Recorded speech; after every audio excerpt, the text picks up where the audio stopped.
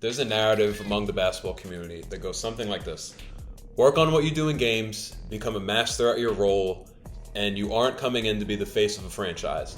While I understand this is coming from a place of wanting to keep guys humble as they ascend to the higher levels of basketball, but if everyone just worked at their current role, some of the league's stars today would be sitting in corners and playing defense. So we want to highlight guys who came into the league and transcended that role that was expected of them in a series that we're going to call Development. Today, we're going to talk about Paul George. The smooth ball-handling wing we know today came into the league with Draft Express reviews of raw offensively and concerns that he turns the ball over 30% of the time he isolates, and was drafted behind Wesley Johnson, who was supposed to be the best small forward of that draft. The writing was not on the wall for him to become a franchise player.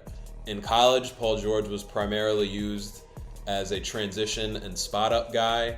He only isolated 11% of the time and came off pick and rolls 5% of the time both years in college. I think that's really important to keep track of, because if you're going to be the guy on any NBA team, you're primarily going to be creating out of ball screens and scoring in isolations, especially late in the game. If he spent 100% of his time working towards the role of spotting up and scoring in transition, I don't think he comes into his rookie year doing this stuff. He's made a clear jump not only in his shot mechanics, but he's developing a pace and a shiftiness to his game. But even despite those improvements, 50% of his offense was still spotting up in transition. So going along with the narrative, that would tell you he should spend all of his time mastering that role, especially considering he's playing next to Danny Granger, who at the time was an all-star playing the exact same position as him. Fast forward 3 years, he is the face of the franchise, being the primary creator on offense for the Indiana Pacers. He really got to the point of being able to take his defender off the bounce whenever he wanted, and by the time he got to Oklahoma City,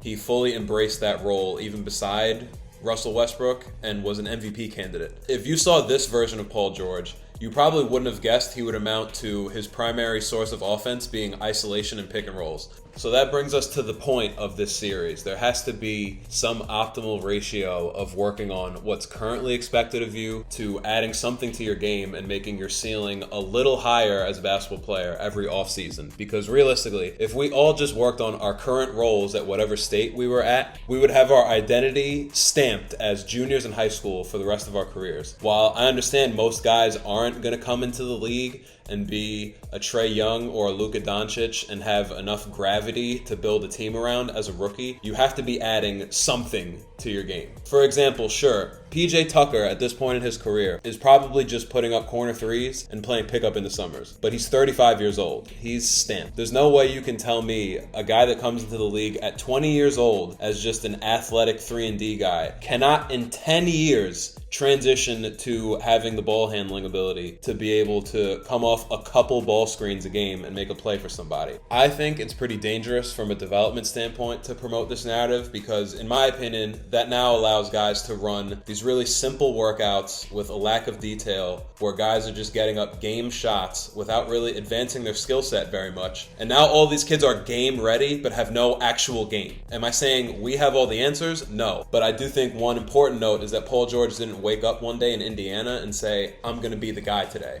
Rather, he became very efficient at his current role while clearly putting in time and preparation towards the opportunity to ascend his role.